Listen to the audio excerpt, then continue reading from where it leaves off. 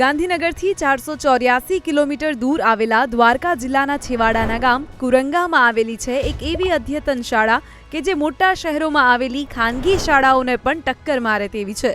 આવો આપને બતાવીએ આ શાળામાં મળતી અન્ય સવલતો પણ।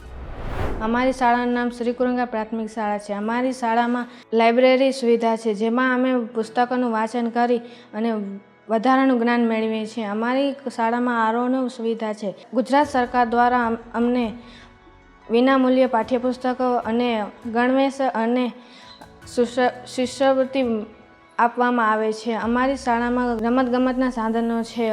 ગુજરાત સરકાર દ્વારા દર વર્ષે ખેલ મહાકુંભ યોજવામાં આવે છે, જેમાં અમારી શાળા આગળ છે। આના માટે હું ગુજરાત સરકાર અને મોદી સાહેબનો ખૂબ ખૂબ આભાર માનું છું।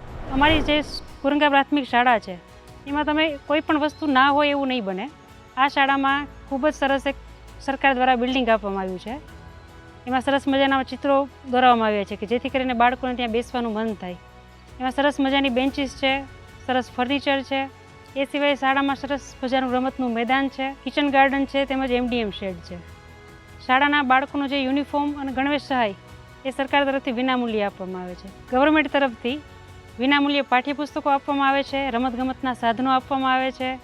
એ સિવાય કોઈ પણ જરૂરિયાતની વસ્તુઓ હોય કે જે બાળકને લગતી હોય, વિકલાંગ માટે સહાય આપવામાં આવે છે, એના માટે અલગથી સેનિટેશન આપવામાં આવે છે।